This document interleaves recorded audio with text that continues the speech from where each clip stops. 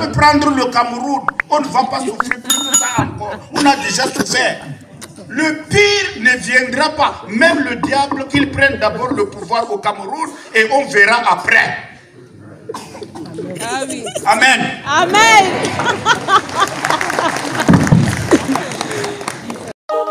Dans une vidéo devenue virale sur les réseaux sociaux depuis le début de cette année 2025, on peut apercevoir un homme d'église dire, je cite, « Bleu peut prendre le Cameroun.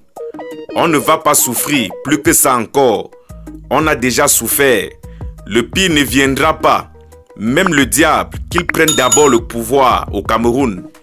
Et on verra après. » Fin de citation. On est de ce fait tenté de se poser quelques questions, parmi lesquelles: qu'est-ce qu'un évêque? Un évêque a-t-il le droit ou le devoir de se mêler de la politique? Plus précisément, d'émettre une position tranchée sur la présence plus ou moins longue d'un président de la République élu au pouvoir?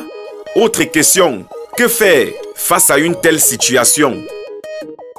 En faisant un tour dans le dictionnaire, la compréhension du mot évêque renvoie à un membre du clergé dont les charges et les fonctions sont autorité spirituelle sur un diocèse, l'ordination des prêtres et diacres, présider les cérémonies liturgiques de grande envergure et enfin l'administration des affaires diocésaines, les finances et autres ressources matérielles.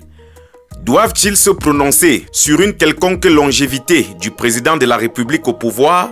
Dans la plupart des cas, les membres du clergé en général sont attendus sur des questions spirituelles et morales plutôt que sur des questions politiques. Cependant, il n'est pas rare que ceux-ci se prononcent sur des sujets politiques lorsqu'ils relèvent de la morale sociale, notamment la justice sociale, les droits de l'homme, la paix. Toutefois, de leur posture de berger, d'influenceurs pour utiliser un thème d'actualité, ils sont appelés à le faire de manière à ne pas diviser la communauté, à ne pas défavoriser quelqu'un ou un quelconque parti politique. L'objectif étant de guider les fidèles sur des questions morales, tout en respectant la diversité d'opinions politiques. Ceci étant dit, le fait de voir un membre du clergé s'acharner sur un homme qui, selon lui, aurait déjà mis trop de temps au pouvoir et incitant même le diable, qu'il est censé éloigner des hommes, à venir prendre d'abord le pouvoir au Cameroun, ne devrait-il pas susciter un questionnement? 1. Ne serait-il pas en train de faire la promotion ou tout simplement l'apologie du diable, qui dans la chrétienté est le destructeur par excellence de l'humanité et de l'œuvre de Dieu? 2.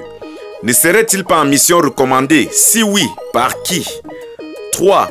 Ces autres membres du clergé qui ne font pas ce genre de sortie, sont-ils des lâches ou tout simplement sont-ils dans leur rôle? 4.